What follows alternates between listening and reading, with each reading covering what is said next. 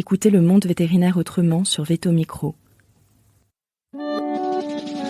Bonjour, je suis Sophie Wilforn, vétote multicasquette, et je me suis fixée comme mission l'amélioration du quotidien des vétérinaires. Et moi, je suis Marine Slove, vétérinaire touche-à-tout, journaliste, consultante et cofondatrice de Veto Job. Bienvenue sur le podcast qui rend la parole aux vétérinaires. Grâce à ce média, nous pouvons enfin livrer notre regard sur la profession. Un regard qui nous est propre, même s'il diffère parfois de la version idéalisée bien ancrée dans l'imaginaire collectif. Vous entendrez ici des consoeurs et confrères, praticiens ou non, se confier sur une tranche de leur existence et interroger leur quotidien de vétérinaire. Nous avons voulu ici nous raconter tels que nous sommes, parler de notre rapport au métier bien sûr, mais aussi et avant tout de notre rapport à la vie. Ici, pas de tabou, pas de langue de bois et surtout pas de culpabilité. Vous êtes ici chez nous, mais surtout, vous êtes ici chez vous. Belle écoute. Bonjour à toutes et à tous. Petit intermède avant votre épisode, d'abord pour vous remercier d'écouter Veto Micro. Vous êtes au rendez-vous le vendredi et même un peu au-delà de nos prévisions, donc merci. Pour faire subsister un podcast au sens économique du terme, on a besoin d'audience et donc par conséquent, on a besoin de vous. Il y a plusieurs choses que vous pouvez faire pour nous aider. D'abord, vous abonner au podcast sur votre plateforme d'écoute. Ensuite, vous pouvez aussi lui mettre 5 étoiles. Alors parfois, il faut chercher un peu, mais on finit par trouver. Ensuite, vous pouvez liker et partager sur les réseaux sociaux à partir de notre page Facebook, de notre page LinkedIn ou de notre compte Instagram. Vous pouvez aussi partager les épisodes que vous aimez par SMS par exemple ou bien sur les groupes Facebook vétérinaires. Alors, il faut savoir que les invités eux-mêmes n'osent pas se mettre en avant en partageant leur propre épisode. Donc, faites-le pour eux. Vous pouvez aussi en parler autour de vous. Le bouche à oreille, ça marche très bien. Voilà, vraiment, on compte sur vous pour nous aider en passant le mot. On vous donne la parole avec bonheur, alors s'il vous plaît, passez le mot pour nous. Merci à tous. Et maintenant, place à l'invité du jour. Bonjour à tous et bonjour à toutes. Bienvenue sur Veto Micro. Aujourd'hui, j'accueille Isabelle Pasquet, vétérinaire et fondatrice de Vet in Paris.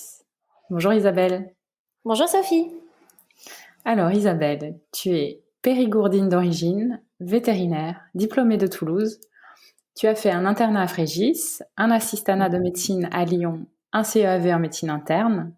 Tu as exercé en clientèle privée, monté ta première structure et puis la suite Vet in Paris. Mais ça, c'est toi qui vas la raconter.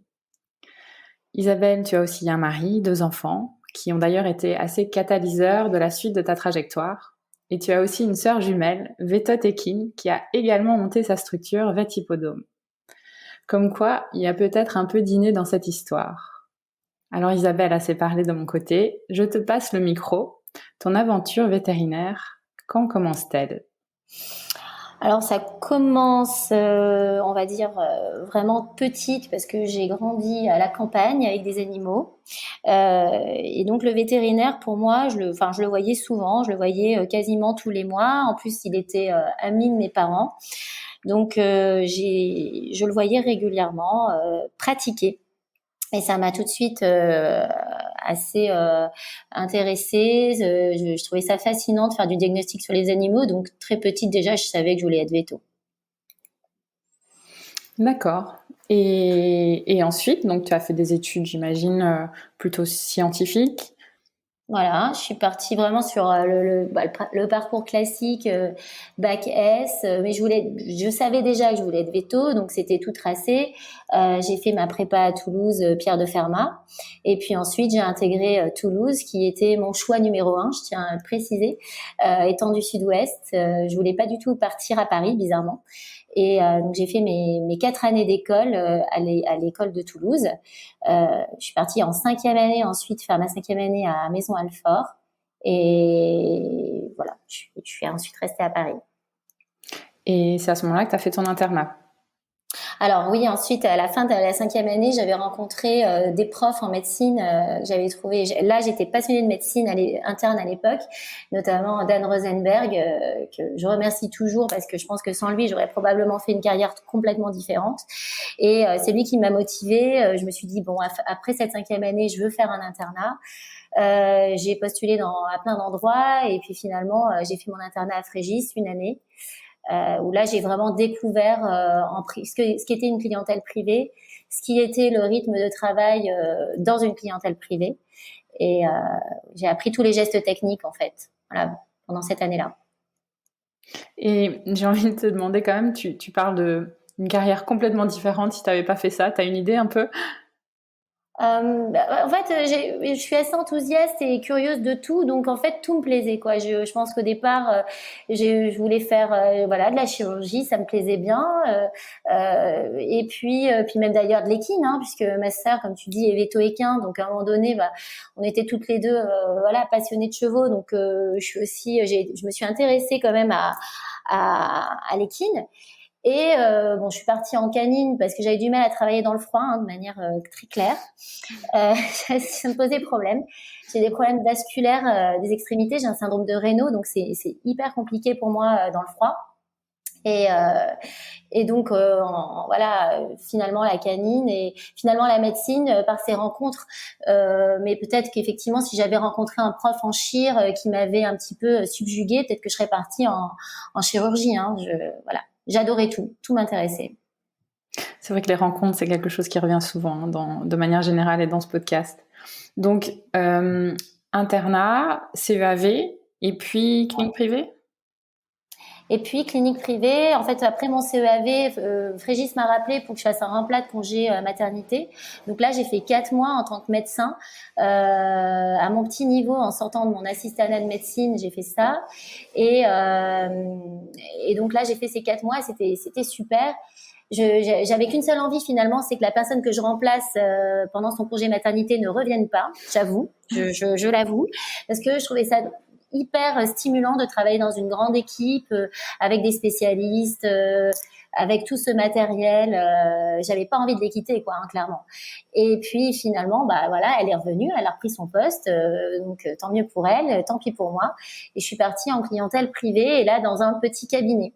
Donc j'ai pris la grosse claque de ma vie parce que j'ai passé, je pense 4 mois à ranger les croquettes le matin, à discuter beaucoup avec les infirmières parce que j'avais pas beaucoup de consultations. Et puis c'était l'époque encore des fiches Bristol qu'on remplissait. C'était l'époque du bistournage de coucougnettes. Hein. Je suis désolée du terme, mais c'est ce que je voyais. Et puis aussi du recyclage d'aiguilles dans le pot d'alcool. Voilà. Donc en fait, moi, quand j'ai commencé, je suis sortie de Frégis et que j'ai travaillé dans cette structure, dans ce cabinet 4 mois, j'étais en souffrance, vraiment en souffrance. Ça a été un peu compliqué. De là, j'ai ensuite trouvé une autre clinique au Perreux-sur-Marne qui voulait bien d'un salarié comme moi. Et là, par contre, c'était super parce que dans cette clinique, il y avait vraiment un développement d'identité visuelle et presque d'une marque.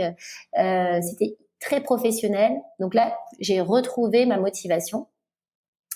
Et parallèlement à ça, il y avait un vétérinaire qui voulait ouvrir une structure dans Paris et qui m'a proposé de rejoindre l'aventure de cette ouverture, de cette création en tant que collaboratrice libérale. Donc j'ai dit oui et j'avais mon petit poste de salarié chez Sveto bien établi où tout était carré, tout tournait bien et cette création dans Paris en tant que collaboratrice.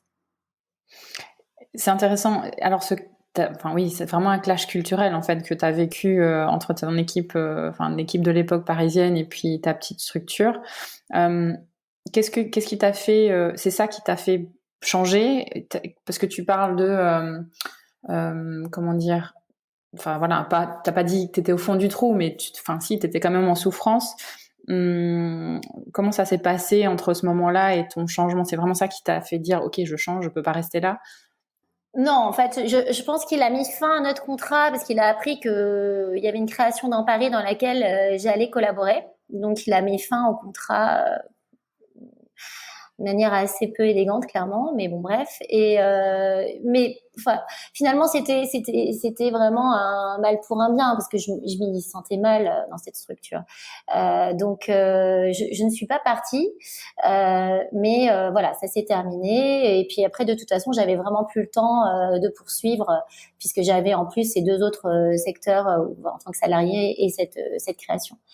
Donc voilà, mais c'est sûr que ça a été, on va dire, cette expérience-là, ça m'a permis de me rendre compte de ce que je ne voulais pas. C'est-à-dire que quand moi je suis sortie de de mon internat, de mon assistanat, j'avais très peur de ne pas trouver de travail. C'est vraiment idiot parce que finalement, je me suis un petit peu lancée sur ok, je trouve ça, c'est très bien, j'y vais, parce que j'avais peur de pas trouver de boulot à l'époque. Et finalement, bon, cette expérience n'était pas une expérience positive pour moi, mais en tout cas, ça m'a montré ce que je ne voulais pas faire, en tout cas. Donc, c'était un passage, je pense, assez intéressant pour moi, pour en tout cas, derrière, vraiment prendre les bonnes décisions. Hmm. Et pourquoi tu pensais à l'époque que tu ne pouvais pas trouver de boulot? Alors c'est vrai qu'on n'avait pas tous ces réseaux à l'époque. On devait avoir le Point qui les petites annonces classiques, mais c'était assez peu développé, quoi. On n'avait pas Internet développé comme ça. Il n'y avait pas VetoJob, il y avait pas Facebook. Et puisque Facebook, voilà, c'est 2007. Hein, là, on parle de, pour le coup, 2006. Donc il y avait pas tous ces réseaux. C'était donc en fait, et je connaissais personne dans Paris. Moi, je sortais de mon internat à Fréjus où finalement c'était un microcosme, mais j'en sortais pas. L'assistanat à Lyon, voilà, je rentrais à Paris, je connaissais pas les vétos. J'avais bien le sentiment que personne m'attendait, qu'il fallait que je fasse ma place. Et donc voilà, je pas forcément aussi sûre de moi clairement. Et du coup, j'ai un peu pris tout ce qui venait à moi et c'était pas forcément des postes tout à fait intéressants, je trouvais. Mm. Et tu étais décidée à rester sur Paris? C'était ton objectif? Oui, parce que personnellement, voilà, je suis avec quelqu'un qui vient de la région parisienne, donc et dont en tout cas, tout se mettait en place de son côté pour rester sur Paris. Donc, je savais que j'allais rester sur Paris, mais je ne savais pas encore où, dans quelle structure. J'avais passé des entretiens, je voyais les cliniques. C'était sans jugement par rapport aux structures, mais voilà, je me voyais en tout cas au départ salariée, collaboratrice dans une structure, mais en tout cas pas celle que j'avais expérimentée au départ. Ouais. Donc il fallait que je cherche un petit peu plus loin, quoi. D'accord. Et donc ta première aventure, on va dire entrepreneuriale, elle démarre avant Vet in Paris. Tu nous racontes un Ouais. petit peu? Donc ça démarre en mars 2006, création d'une structure dans Paris. Là, franchement, c'était une très bonne période parce qu'on était tous jeunes, on sortait de l'internat, de l'assistanat, on était hyper motivés. Et puis c'était un vrai challenge et je pense que moi je marche beaucoup au challenge, c'est-à-dire que finalement, je sais pas si j'aime bien me mettre dans une situation d'inconfort, mais en tout cas ça me galvanise, quoi. L'adrénaline, j'ai l'impression que ça décuple un peu souvent mes capacités. Et donc, ce moment-là, particulièrement ce challenge, on s'est mis vraiment à fond dans le projet, vraiment à fond pendant plusieurs années. On travaillait jour et nuit, on faisait nos gardes. Moi, j'étais collaboratrice, je pouvais commencer le lundi matin, finir le jeudi soir en ayant travaillé tout le temps. Ça a duré, on va dire, 4-5 ans. Et puis après, on a commencé à prendre des plannings. On était tous parents ensuite, donc on a arrêté les gardes. Et puis, on a commencé à prendre des plannings un petit peu plus normaux, entre guillemets. Mais voilà, il y avait ce plaisir de voir cette clinique grandir, de voir cette création fonctionner. Ouais, il y avait une certaine réussite et on était fiers du projet. Ouais. Donc ça, pour moi, c'était très intéressant de faire partie de ce projet-là. Et le changement alors, qu'est-ce qui s'est passé par la suite?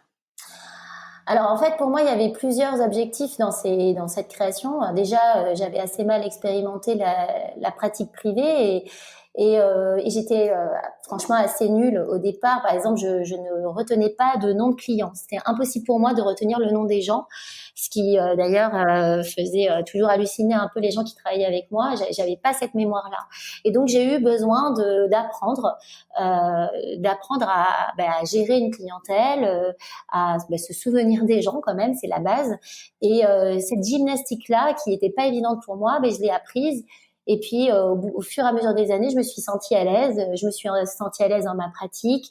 J'ai commencé à m'attacher à ma clientèle et puis me sentir à l'aise. Mais finalement, au bout d'un moment, j'avais plus tellement de challenge.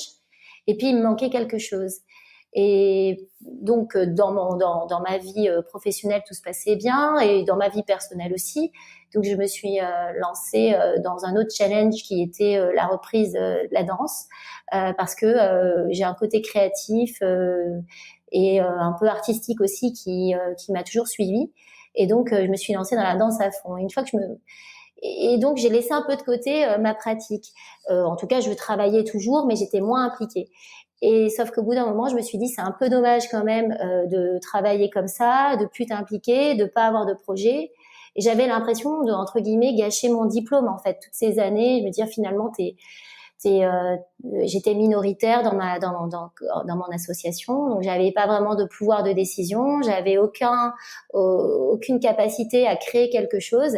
On ne m'en laissait pas la possibilité. Moi, mon rôle, c'était de faire tourner la clientèle, et je trouvais ça limité. Donc dans la danse, j'ai essayé de retrouver un peu ce sentiment de créativité, etc. Et finalement, très vite, je me suis rendu compte que ce serait quand même intéressant de monter sa structure, de créer quelque chose. J'en avais besoin, quoi. Donc c'est ce sentiment-là, finalement, de frustration qui a fait naître l'envie d'envisager, d'imaginer de A à Z un nouveau projet. Alors, super. Alors, raconte-nous le démarrage, comment ça se passe? Alors, je pense quand même que mes business plans, mes premiers business plans devaient dater quand même de 2011, puisque j'en ai retrouvé de 2011. Moi, ma clinique, je l'ai ouverte en 2016. Donc, j'ai dû annoncer mon départ en 2015. C'était du coup, oui, en mars, j'annonce que je veux partir. Et puis là, c'était l'époque là des réseaux, de Pinterest, Instagram commençait à être vraiment bien présent. Et moi, ça me permettait de m'inspirer, de voir plein de comptes de déco, de suivre aussi des entrepreneurs qui développaient leur marque, etc. Donc ça m'inspirait beaucoup. Et donc, j'ai voulu ouvrir dans Paris. Et au départ, j'ai cherché des locaux dans un endroit particulier. Je faisais venir mon architecte qui me disait non mais là c'est pas possible, c'est pas du tout ce local. Donc il m'a dit mais ouvre dans tout Paris. Donc là j'ai ouvert ma recherche dans tout Paris. Et j'ai trouvé en fait le local sur seloger.com version pro. Et ce qui m'a interpellée, forcément, c'est les grandes verrières. J'ai trouvé ça très beau. Vraiment, je ne savais pas où se situait en fait ce local. Voilà, donc j'ai appelé l'agent, on visite, et je n'avais pas du tout fait de business plan dans cette région de Paris. Mais juste ça m'intéressait, l'endroit m'intéressait. Donc quand j'ai fait visiter finalement mon architecte. Tout de suite, voilà, on s'est mis d'accord, on a trouvé qu'effectivement ça collait bien avec ce que j'avais envisagé, avec le cahier des charges.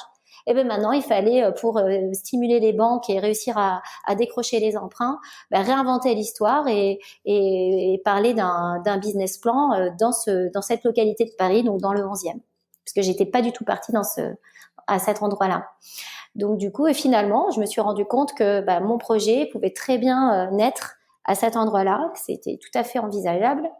Donc là, il y a eu, je crois, 1 mois et demi, 2 mois d'échanges avec les banques jusqu'au jour où, je crois que c'était fin juin, j'ai un go de la banque. La banque me dit c'est ok, on vous finance. Et j'ai signé mon bail le 1er juillet 2015. Alors voilà, j'étais toute seule, avenue de l'Opéra, avec le bailleur, les propriétaires.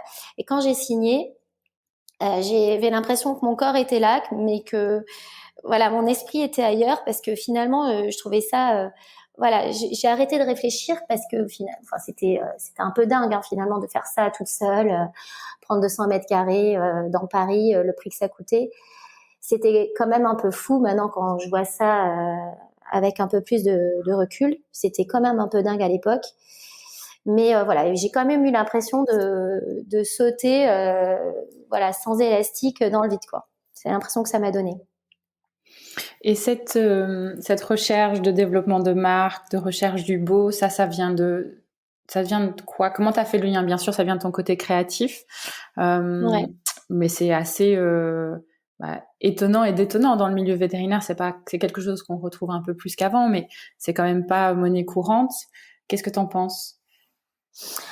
Moi, j'ai toujours été passionnée de mise en scène. Je pense que si j'avais pas été veto, je pense que c'est ce que j'aurais peut-être aimé faire, c'est vraiment mettre en scène, parce que je pense que, en fait, ça nous sert, l'environnement sert. Je trouvais ça finalement très bien. En fait, les centres hospitaliers à l'époque, on n'appelait pas ça des centres hospitaliers à l'époque, mais Frégis, justement, ce que je trouvais chouette, ce que Corlouer, qui là aussi est quelqu'un qui m'a beaucoup inspirée, parce que c'est quelqu'un qui a eu une carrière exemplaire. Jean-Philippe Corlouer, donc le créateur de Frégis.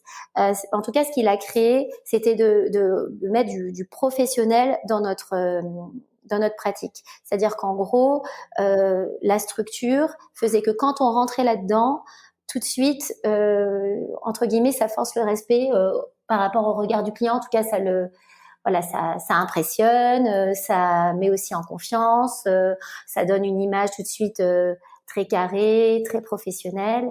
Et je me disais, mais c'est très bien de faire ça dans des centres hospitaliers avec des professionnels, avec des spécialistes. Mais en revanche, c'est un petit peu dommage que des cliniques plus petites, plus moyennes, ne puissent pas finalement faire la même chose. Parce que ça sert à la pratique d'avoir ce genre de démarche. C'est-à-dire de travailler son environnement, de travailler la façon dont on s'habille aussi, de travailler son image de marque. C'est quelque chose qui aide forcément au développement d'une clientèle, et ça permet de gagner la confiance du client. Donc c'est ça tout de suite que j'ai voulu développer dans ma structure et qui m'intéressait. Et tu t'es fait accompagner dans cette démarche, ou c'était tout de ta tête, de ta propre créativité? Non, je me suis fait aider. Alors j'avoue que le nom, ça vient de ma mère, hein, parce qu'au départ j'avais choisi un autre nom et qu'elle trouvait nul. Donc elle m'a dit tout de suite, non mais c'est pas possible de s'appeler comme ça. Alors bon, c'était vétérinaire du Faubourg, et visiblement il y a une chanson avec les hirondelles du Faubourg qui me dit c'est triste, c'est pas possible, tu peux pas l'appeler comme ça. Et en plus, voilà, alors j'étais accompagnée à l'époque dans le démarrage du projet, j'avais un architecte, un web designer, et j'avais ce qu'on appelle un visual worker. Donc c'est quelqu'un qui est graphiste et qui se charge de faire toute l'identité visuelle. Et voilà, donc j'avais ces 3 personnes finalement qui m'encadraient en permanence. Et mon web designer, celui qui fait mon site internet, m'a dit: votre nom, la vétérinaire du Faubourg, ça va pas du tout. Pour Google, sur la recherche, ça va pas être terrible. Et en rigolant, j'ai dit très bien, on fait Vet in Paris. Et là, il m'a dit oui, c'est une super bonne idée. Donc ma mère qui trouvait que l'autre était nul, trouvait que ça c'était super. Et donc en fait, on a dit ok, on garde Vet in Paris. C'est arrivé comme ça un peu d'une blague, et puis finalement, je l'ai gardé. Ça fait une sacrée histoire en tout cas. Et d'ailleurs, ton site internet, c'est une bonne transition. Moi, j'ai malheureusement pas encore vu ta clinique. Il faudra que je vienne te voir quand je suis sur Paris.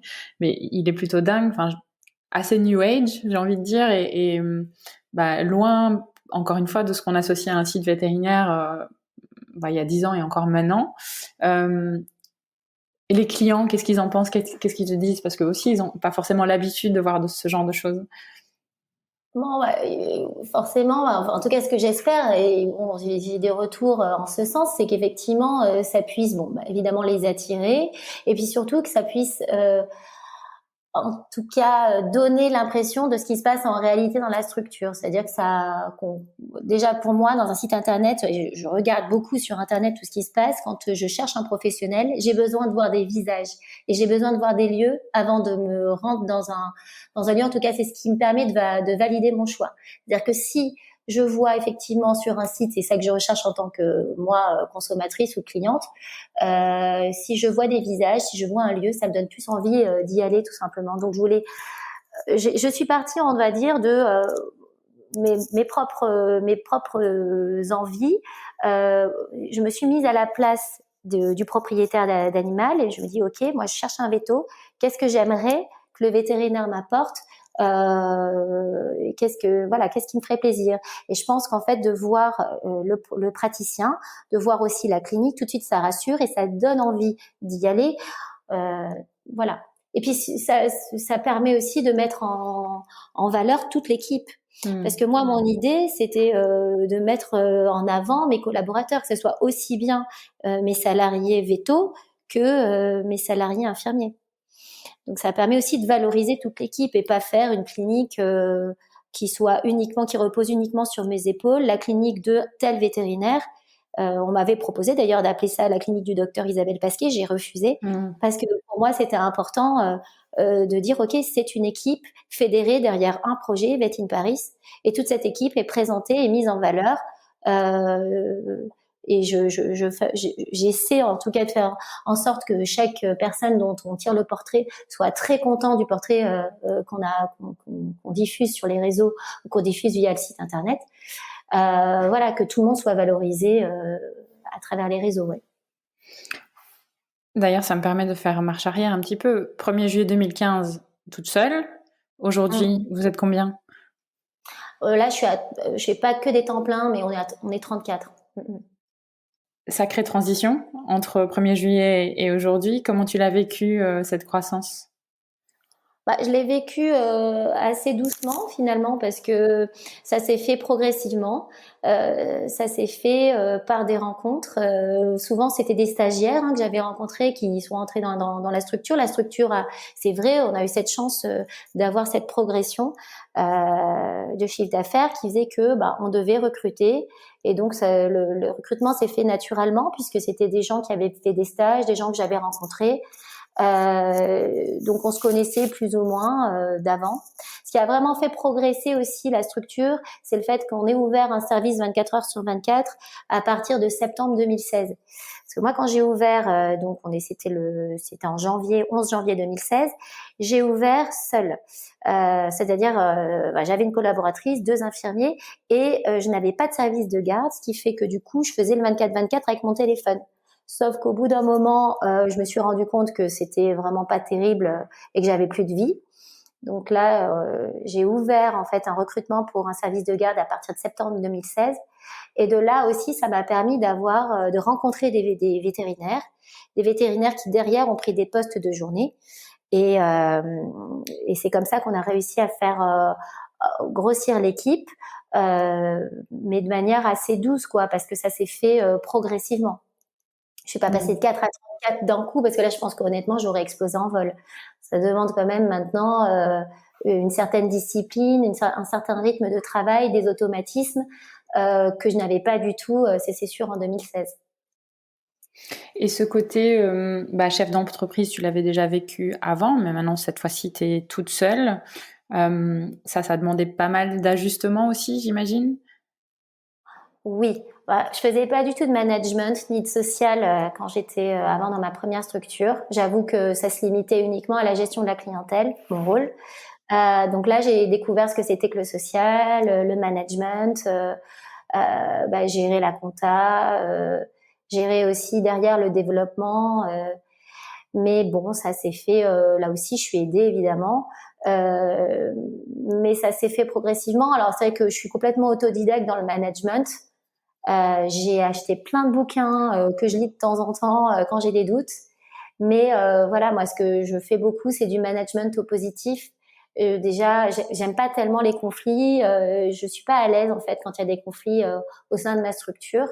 Et j'essaie finalement tout le temps de tirer le maximum et le mieux de chaque personne. On est tous différents et on peut pas être pareil. Donc je vais essayer de temporiser systématiquement et plutôt rassurer pour obtenir le plus possible finalement, en tout cas le meilleur des personnes qui travaillent avec moi. En tout cas, l'importance, je pense que ce qui fait qu'ils sont tous motivés aussi, c'est qu'ils sentent que pour moi, c'est très important qu'ils se sentent bien dans leur pratique, que ce soit les infirmiers ou que ce soit les vétérinaires. Donc si je sens quelqu'un a vraiment des difficultés ou la boule au ventre un matin quand il vient au travail, déjà ils savent que je n'aime pas qu'on attende pour m'en parler, je préfère qu'on m'en parle tout de suite. Si je sens que quelqu'un est pas bien, je vais aller le voir tout de suite pour essayer de dénouer la situation. Mais voilà, si quelqu'un est vraiment en difficulté, je préfère qu'on en parle, qu'on trouve des solutions. Et tant qu'il y a de la bienveillance entre nous, je pense qu'on arrive toujours à trouver des solutions. Que la personne parte ou qu'elle reste, mais qu'on trouve une solution pour que chacun se sente bien. En revanche, si je sens que quelqu'un peut être, malheureusement, il y a des caractères comme ça, malveillants ou en tout cas pas carré, pas honnête dans sa démarche, là pour le coup, maintenant j'arrive assez bien à détecter les gens comme ça. Mais finalement, j'ai eu beaucoup de chance parce que j'en ai rencontré très peu. Et là, je me dis que ton credo, ta mission qui est soigner, respecter, protéger, c'est valable du coup pour ta pratique vétérinaire, on va dire, mais aussi dans ton environnement de management. Oui. Ah oui, oui. Mais j'insiste beaucoup avec ça, oui. Oui, oui. Je n'aime pas qu'on se parle mal, par exemple. Je pense que dans un milieu professionnel, enfin, ce n'est pas possible, quoi. Voilà, l'important, c'est effectivement, tant qu'on peut, en tout cas, poser les choses, essayer de trouver des solutions, tant qu'il y a du respect et tant qu'il y a de la bienveillance. Ouais. Ça, je pense que je pourrais pas travailler dans une structure où il y a du conflit systématique. Ça arrive, hein, on est beaucoup, on est 34, donc de temps en temps, il y a des petits conflits, hein, c'est normal. Et parce qu'en plus, les gens sont extrêmement investis dans leur travail, ils sont tous très motivés. Donc forcément, ça entraîne toujours des frictions, c'est ce que je leur explique. Si chacun était assez démotivé par leur poste, il y aurait même pas de friction, finalement. Donc, c'est normal qu'il y en ait, c'est assez sain. Mais par contre, il faut qu'on en sorte quelque chose de positif ensemble et de laisser les égos de côté, quoi. Parce que voilà, on peut pas faire travailler une équipe ensemble avec une guerre d'ego à l'intérieur. C'est pas possible. Il faut qu'il y ait de la bienveillance. Et tiens, le terme, tu utilises à chaque fois le terme infirmier, infirmière. C'est sciemment, évidemment, j'imagine. Tu l'utilises aussi au quotidien dans la structure. Ça change du terme ASV. Ouais. Parce que j'estime que c'est un travail, franchement, enfin, déjà, bon, évidemment, elles sont très importantes, mais c'est un travail très difficile. C'est jongler entre différents postes. Et effectivement, oui, j'espère que les statuts changeront bientôt pour vraiment leur valoriser davantage ce poste-là. Entièrement d'accord avec toi. Je reboucle sur toi de nouveau, évidemment. J'ai vu sur ton site, d'une part, tu as un blog, mais aussi j'ai vu que tu avais écrit un livre. Comment rendre mon chat heureux? Oui, voilà. Ça a été proposé par Playback, une maison d'édition super bien qui fait le petit quotidien. 1, 2, 3. Pardon, on coupera. Ouais. Donc oui, c'est la maison d'édition Playback qui publie le petit quotidien là pour les enfants. C'est super bien d'ailleurs. Et donc ils m'ont appelé, ils m'ont contacté parce que je pense que tout simplement je devais soigner le chat d'une personne qui travaillait là-bas. Et donc ils m'ont convoqué dans leur bureau et ils m'ont proposé le projet. Donc là, ça devait être en 2017. J'étais déjà très très prise, mais je pense avoir rendu ce livre qui était illustré. Enfin, c'est assez sympa. J'ai dû écrire ce livre entre 5h et 7h du matin pendant 2 mois. Voilà. J'avais mon petit moment d'écriture entre 5h et 7h. Et d'autres projets d'écriture, ça t'a plu? Ah bah oui, ça m'a plu parce que je pense que je suis beaucoup plus à l'aise à l'écrit qu'à l'oral. Mais oui, ça m'a plu effectivement de faire quelque chose de la vulgarisation. Hein. Je pense que ça, c'est sûr que ça m'a bien plu. En plus, l'objet était sympa, c'était bien illustré. L'équipe était de sortir ça avec Playback. Et puis pour la petite histoire, c'est vrai que ça faisait rigoler mes enfants quand ils me voyaient dans les rayons de la Fnac avec comment me rendre mon chat heureux. Il y a eu aussi le petit coffret avec les jeux pour Noël, donc ça les faisait rigoler à chaque fois. Non, c'était une super expérience. Après, j'avais peut-être un peu plus de temps parce que maintenant je pense que les 5h, 7h du matin, physiquement, je suis plus trop capable de le faire. J'ai eu vraiment la niaque en 2017. Mais là, j'ai pris quelques années, je suis pas tellement certaine d'être capable physiquement de le faire. Mais en tout cas, l'expérience me plaît, l'expérience de l'écrit, oui. D'autres projets d'écriture, tu penses, à un moment donné? Non, là, je suis vraiment encore dans l'opérationnel. J'aimerais, voilà. Donc après, il n'y a peut-être rien à voir avec Veto, mais c'est vrai que quand si j'arrive un jour à devenir une vieille mamie, je me vois bien en train d'écrire des livres pour enfants, ouais, avec mon chien et mon thé, ouais, je me vois bien, ça pourrait être sympa. Parce que tu fais encore la danse, tu fais encore? Oui, je fais toujours, ouais. Ça fait marrer les gens qui connaissent pas trop le classique de s'imaginer que quelqu'un de 43 ans fait toujours du classique. Mais non, pour moi le classique, c'est ma passion. Enfin, Veto, oui, bien évidemment. c'est mon métier, voilà, c'est une passion aussi.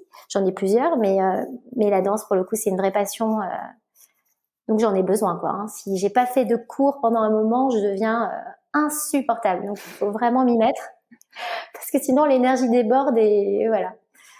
Donc ça régule bien mes humeurs, on va dire. Et donc là, ça fait, je pense, 10 ans, 12 ans que tu as monté, je calcule, 10 ans que t'as monté Vétine Paris. Ouais, ça fait moins que ça, parce que c'est 2016, 2016. Donc là, c'est la 7e année d'exercice. 7e année d'exercice, ouais. Et en fait, tu m'as parlé au début de cette transition parce que tu avais besoin de nourrir ton esprit créatif entrepreneurial. Est-ce que aujourd'hui Vétine Paris continue à nourrir ça? Est-ce que tu as d'autres projets de développement sur Vétine Paris ailleurs? Alors il y a eu un gros sujet. Tous les ans, je fais des petits trucs. J'ai fait une nouvelle salle de consultation. J'achète des échographes en plus, des endoscopes. Enfin, vraiment le plaisir d'acheter du matériel. Pour mes 40 ans, je me suis offert l'Affinity de Philips. C'est vraiment mon petit cadeau. Donc maintenant j'en ai 2 et j'ai un autre Philips plus les endoscopes. Puis le gros sujet de l'année dernière pour moi, ça a été le scanner, l'installation du scanner dans Paris. Et je pense que là, physiquement, pour le coup, ça m'a complètement lessivée. Vraiment, je suis sortie de là lessivée parce que j'avais un gros sujet d'implantation en termes d'électricité. Le dossier électrique était très compliqué parce qu'on est dans Paris, nous sommes dans un très très vieux bâtiment. Et évidemment, la colonne électrique ne pouvait pas accueillir du triphasé. Donc, il a fallu qu'on monte un dossier avec un chargé d'affaires Enedis. Enfin, tout ça a pris beaucoup de temps. Et au lieu d'ouvrir, on a eu quasiment 1 an de retard sur l'ouverture. Et donc, pour moi, ça a été vraiment les montagnes russes émotionnelles. Je passais beaucoup de temps au téléphone. Voilà. Donc, s'il y a un veto qui veut ouvrir un scanner et qui a des problèmes d'électricité, il peut m'appeler parce que je suis devenue experte en la question. Comme par exemple forer un sol dans Paris, puisque j'ai eu un gars un jour qui a foré dans un conduit de gaz. Donc voilà, je me suis retrouvée avec les pompiers. Enfin, des trucs sympas. C'est quand on se lance dans ce genre de projet, malheureusement, on avait tout baqué, on avait sécurisé le truc au maximum. Mais bon, malheureusement, la société de détection de réseau n'avait pas détecté l'arrivée de gaz principal de l'immeuble et le gars a foré dedans, pile dedans. Donc ça a été tout un moment sympa. Ah oui. Donc là, t'as ta dose, on va dire, d'entrepreneuriat. Tu te poses un peu. Alors, en fait, disons que quand je vis ça, on a ouvert le scanner. Après, j'étais toute contente et je me suis dit là, tu vois, il faut que tu te calmes parce que là, c'était chaud, c'était quand même. Et ben non, finalement, je me retape et 2 mois après, voilà, j'ai d'autres projets, j'ai d'autres idées sur le développement toujours. Parce que voilà, je pense que si un jour effectivement, j'arriverai toujours le jour où j'aurai plus ces idées justement de développement, il va falloir que je prenne une décision tout simplement, peut-être soit faire autre chose, mais j'ai besoin en tout cas que ça puisse progresser, quoi. Tu crois que ça vient d'où cette âme d'entrepreneuse? Parce que toi et ta sœur jumelle, toutes les deux, vous avez monté votre propre structure. C'est quelque chose de familial? On se potentialise, c'est une catastrophe. Faut plus qu'on s'appelle d'ailleurs. C'est vrai? Parce que voilà, oui, parce que voilà. Mais t'as pas de ligature, mais comment t'as pas de ligature? C'est trop bien de ligature, donc allez hop, on va acheter un ligature. Enfin, c'est que des trucs comme ça. Enfin, voilà, on parle de chiffre d'affaires, de développement. Voilà, quand elle a des problèmes parce qu'elle a une partie canine, elle m'appelle, évidemment. Donc, et quand j'ai des copines qui ont des soucis avec les chevaux, moi, je la contacte. Donc, on s'appelle souvent et puis on échange nos problématiques. Mais finalement, nous sommes jumelles. On a été élevées de la même manière. On a toutes les deux une envie de faire progresser nos entreprises respectives. On n'a peut-être pas tout à fait les mêmes façons de gérer. De gérer notre quotidien, voilà. Mais donc c'est finalement, je pense qu'on est assez différentes sur le terrain. Clairement. Je pense qu'il y a des différences. Et puis l'équine est un milieu. Moi, quand elle m'appelle et qu'elle me dit voilà, on a ça et ça comme souci sur un cheval, moi je pense que je serais incapable en fait de supporter ce poids, voilà, c'est quand même systématiquement très stressant, en tout cas dans le domaine de l'équine. Nous, c'est fatigant émotionnellement parce que les gens nous demandent beaucoup, que parfois malheureusement on fait des rencontres compliquées avec certains propriétaires et que voilà, et que c'est pas tous les jours facile à gérer, mais l'équine c'est une autre dimension encore. Je pense que ça change les gens. Quand on est dans une pratique équine, on est obligé de se renforcer, hein, sinon c'est pas possible. Bah, c'est très différent comme environnement, c'est sûr. Tu le vis comment, toi, cette évolution des mentalités au niveau des propriétaires? Parce que c'est vrai que ça a beaucoup changé sur les 10-15 dernières années. Les attentes sont beaucoup plus grandes. Je le vis. Alors, je pense qu'effectivement, si moi j'étais pas du tout veto et j'amenais mon animal, et je pense que je serais la pire des propriétaires pour un veto. Je pense que je peux comprendre en fait que dans une situation de stress, d'angoisse, parce qu'on les aime infiniment, on puisse un peu perdre pied et puis avoir des réactions complètement disproportionnées. Donc j'arrive à prendre du recul par rapport à ça et je peux comprendre qu'il y a un gros niveau d'exigence, et d'ailleurs je trouve ça pas mal parce que finalement ça nous oblige à extraire le meilleur de nous-mêmes, hein, donc et je pense que de faire rendre un travail de qualité, c'est appréciable aussi bien pour les propriétaires que pour le professionnel en face. Moi, ce qui me gêne surtout, c'est quand j'entends, par exemple, toujours, franchement, cette attaque de dire, vous faites ce métier que pour l'argent. Quand j'entends ça, alors avant, j'arrivais à me retenir. Maintenant, souvent, je dégoupille d'un coup. Moi, c'est vraiment le truc, cette phrase-là. Voilà, je pense que personne ne se rend compte finalement ce que c'est que le quotidien d'un veto. Qu'en général, on dort avec le téléphone à côté. Que on est disponible quand même H24. Donc d'entendre ça, moi je le supporte plus. Maintenant ça voilà. Donc je vais accepter l'exigence, je vais accepter que l'anxiété de la personne déborde sur moi, ça ne me dérange pas, ça je peux tout à fait, et je trouve que c'est mon rôle justement de manager le problème. Mais en revanche, qu'on se fasse accuser d'avoir une préoccupation qui est uniquement financière, là, pour le coup, ça vraiment, je le supporte plus. Parce que j'estime que notre vie est dédiée au bien-être animal, quoi. Pour n'importe quel veto en exercice. Donc on ne peut pas accepter ça. C'est comme d'ailleurs les avis Google qui sont injustes. Ça c'est pareil. Je pense que là, de ce côté-là, il faudrait quand même qu'il y ait à un moment donné une vraie organisation avec derrière des répercussions judiciaires sur des gens qui s'amusent à raconter n'importe quoi sur Internet parce que ça fait du mal à notre profession, ça fait du mal aux praticiens qui y a en face. Et donc je déteste l'injustice. Alors pour le coup, ça me tend très fort, quoi. En tout cas, pour la petite anecdote, je suis allée voir des avis Google de Vet in Paris et tu fais une réponse absolument splendide sur un cas assez compliqué d'abcès et de contusion musculaire, avec beaucoup de diplomatie, mais Oui. très, très juste. Toi, tu gères comment aujourd'hui? Tu as quelqu'un qui t'aide là-dessus, sur les réseaux sociaux, sur les avis Google? Sur les réseaux, c'est uniquement moi. Hein. Sur les réseaux, moi, je suis le community manager de la clinique. Bon, j'ai des alertes pour tout. J'ai des alertes Google Business. Effectivement, j'essaie de répondre à tous les avis. Donc ça, c'est moi qui gère. Et puis les réseaux, c'est moi qui je les gère aussi. J'ai quelqu'un qui me fait du contenu. Parce que quand j'ai ouvert la clinique, on a fait une petite inauguration et en même temps on projetait notre première vidéo de présentation de la clinique dans laquelle j'expliquais un petit peu comment je voulais que ça se passe dans la structure.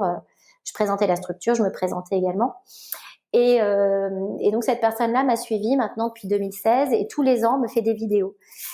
Donc du coup, il fait un peu de contenu, il a fait des reels récemment, il a refait une vidéo de présentation de notre travail. Et donc lui, il fait des choses un peu plus professionnelles, dirons-nous, et moi je fais du feed enfin voilà, de notre quotidien. C'est moi qui fais ça avec mon téléphone. Et je reposte aussi. Alors j'ai vraiment la chance d'avoir une équipe qui est très très présente sur les réseaux, beaucoup plus présente que moi d'ailleurs, puisque j'ai quand même un veto qui a je ne sais combien de dizaines de milliers de followers. Donc du coup, voilà, je reposte aussi ce qu'ils postent en me taguant. Ça, c'est de la communication passive, mais j'en fais pas mal, ouais. Et des clients aussi. Je reposte aussi ce que postent les clients. Ça, c'est le côté un peu sympa. C'est le côté sympa des réseaux. Disons qu'Instagram, c'est vraiment très positif. Et puis Facebook, je relis uniquement ce que je fais sur Instagram, je le relis sur Facebook. Voilà. C'est quand même à se demander combien d'heures tu as dans ta journée, hein, parce que j'ai l'impression qu'on... Ah ouais? Ouais, je sais pas comment tu fais, mais c'est super. Non, mais j'ai peut-être quand même un petit fond d'hyperactivité. J'aime bien faire plein de trucs en même temps, ce qui est assez pénible parce que parfois, si j'ai 2 trucs en même temps dans la tête, et alors là, c'est mes collaborateurs qui me disent ça parce qu'il paraît que c'est le grand classique. Quelqu'un peut me parler et en fait, je ne l'entends pas. Et au bout d'un moment, ils partent. Mais je m'en rends même pas compte en fait, c'est ça le truc. Donc voilà. Ça, c'est quand vraiment je commence à faire trop de choses en même temps. Mais bon, voilà. Ils témoignent tous de ça, hein, donc ça doit quand même arriver assez souvent. Bon, heureusement, t'as la danse pour te canaliser. Voilà, exactement. Ouais, c'est la discipline, la rigueur, c'est bien. C'est pour moi. Isabelle, c'est top.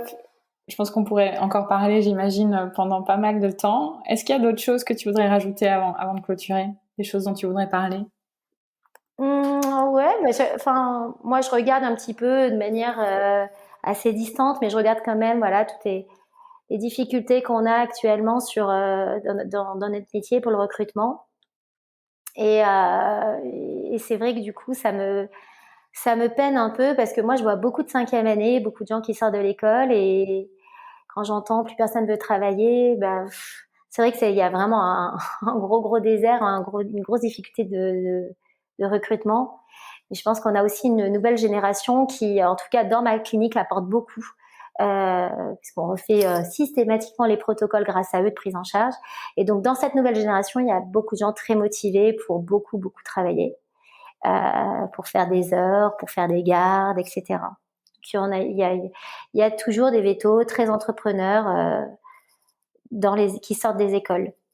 Et donc, je n'ai pas la réponse au pourquoi de cette difficulté de recrutement. Enfin, il y a sûrement différents facteurs.